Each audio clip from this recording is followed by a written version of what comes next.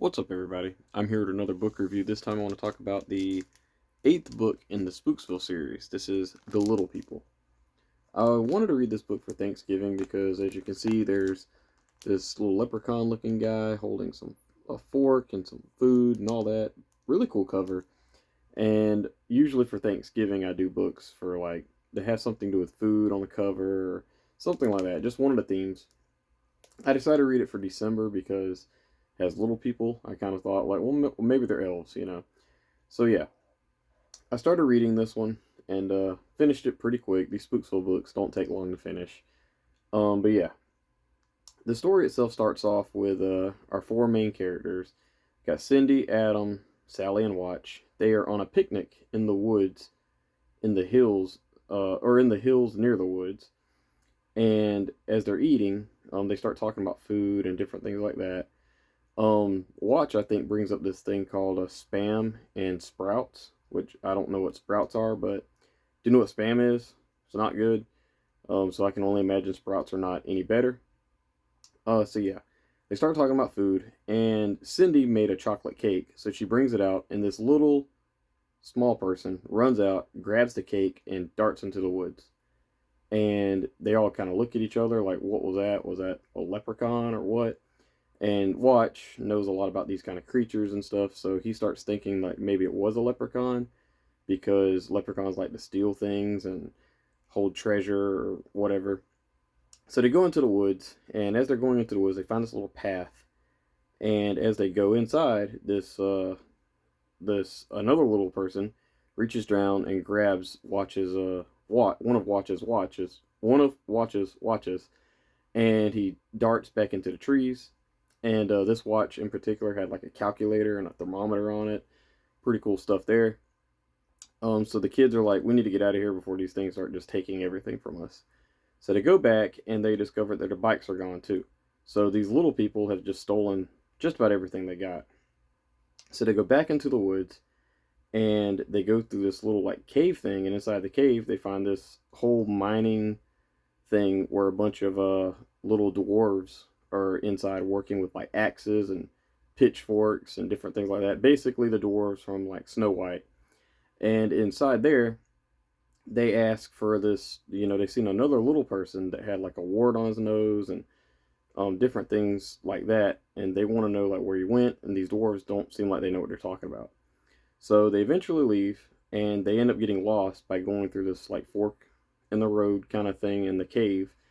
They end up in this meadow, and inside this meadow, there is this like temple like thing, like a palace. This kind of reminded me of like Zelda, like the forest levels from the old Ocarina of Time kind of thing. In fact, there's a few things that remind me of Zelda here.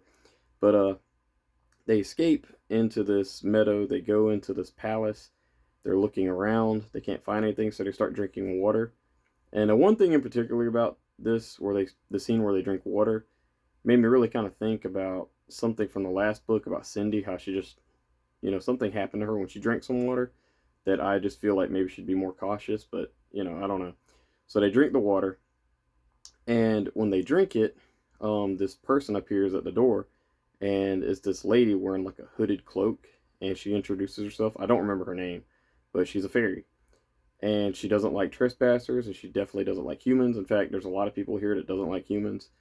And she turns all the people invisible. Watch, Sally, Adam, and Cindy. She turns them invisible, and she disappears. And they're trying to figure out how to get back to turn visible. When Watch is looking around, Adam notices that he could see part of Watch's face, and a part of Watch's face is behind his glasses. So they decide to get behind his glasses, and that turns them back visible. It like blocks some of her like spell or whatever. So they are like, you know what? Let's get out of here because this is this is too much. So they escape. They go back into the meadow and things, and they're trying to figure out, how to get back home. And they start thinking about like they just saw like a bunch of creatures that normally they don't see. Like they saw like three creatures, and usually in these adventures that they go on, they only see like one. So they're like, how are these? Why are we getting so many, at one time? They hear this voice talk over them, and he says, I know why. And they kind of follow the voice, and it leads to this half goat man, half human named Pan. Pan is this annoying character that is not good, at least in this book.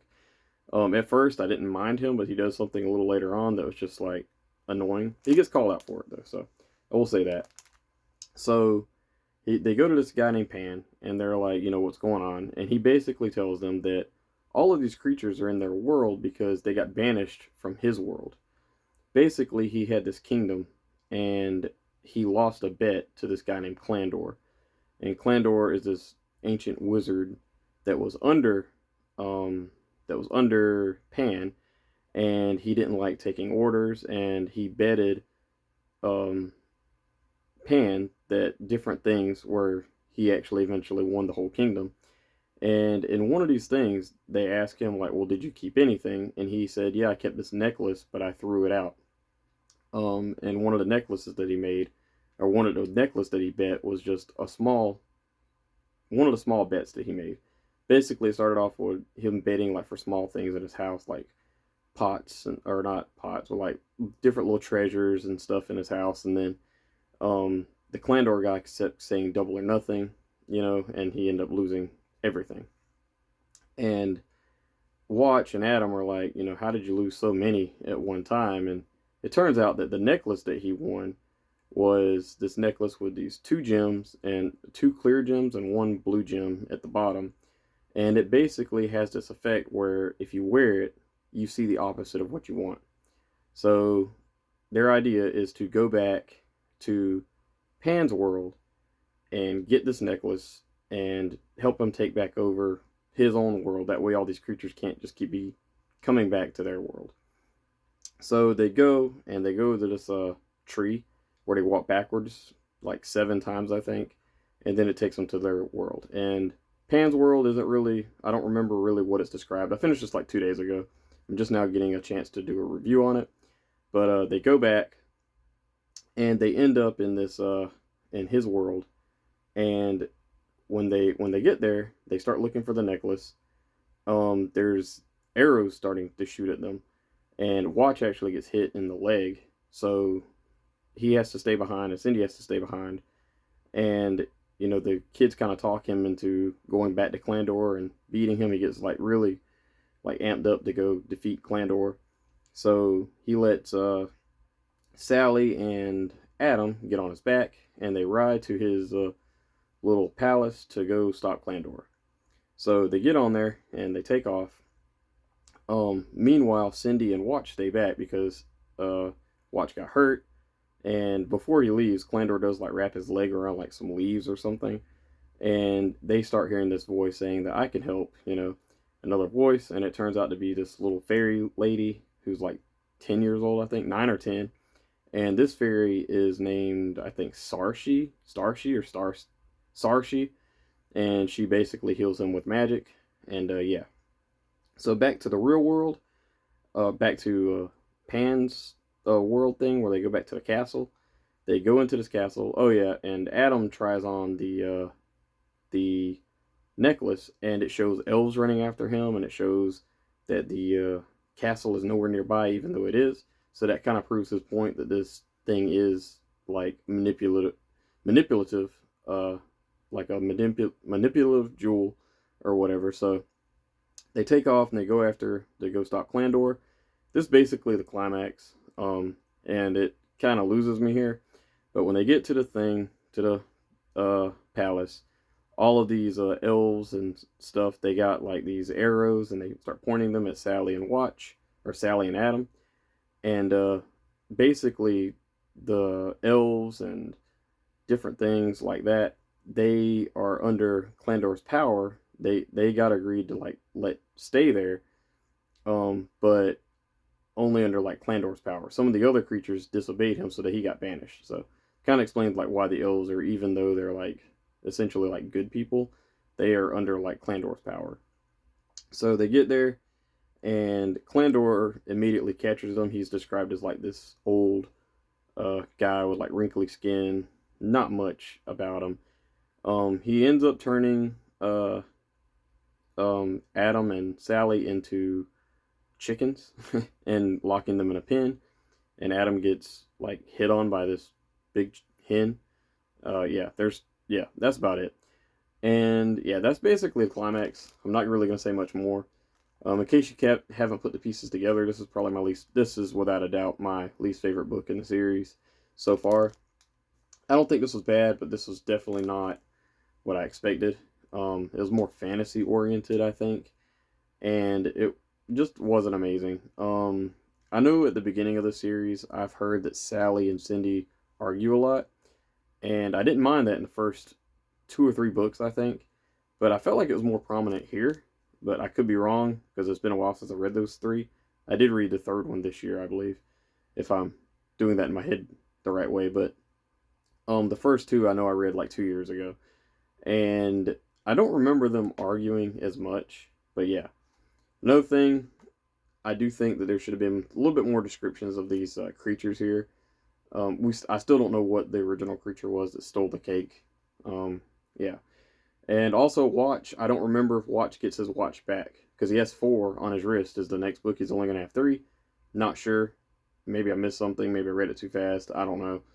But yeah, this definitely wasn't my favorite. And when Watch and Sally gets turned, when Adam and Sally gets turned into chickens, that just kind of really lost me, and I just wasn't really a big fan of this. Yeah, this is definitely my least favorite book in the series so far. I still look forward to reading more. I heard from Spongy that the next book is about the same as this one. Kind of basic, not offensive or anything like that. Not like just terrible, but just not great. And yeah, the book after that though is the one I'm actually looking forward to reading. That'll be The Wicked Cat, and it has a front cover with a cat like shooting lasers out of his eyes. So I can only imagine what Spooksville has in store for that. But yeah, The Little People I give a 3 out of 5 stars. Not a terrible book, but not definitely not one that I'll be like, you guys have to read. Because it is what it is. It is one of those that's kind of a filler book.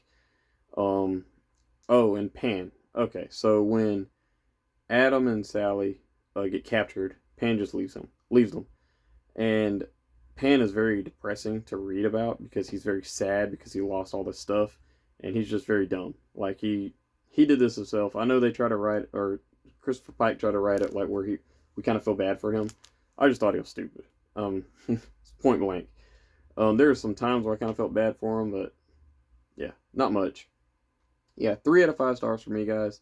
Please let me know in the comments below. Did you read The Little People from Spooksville? What is your favorite Spooksville book? And I think that's it for me, guys. Thank you. Bye bye.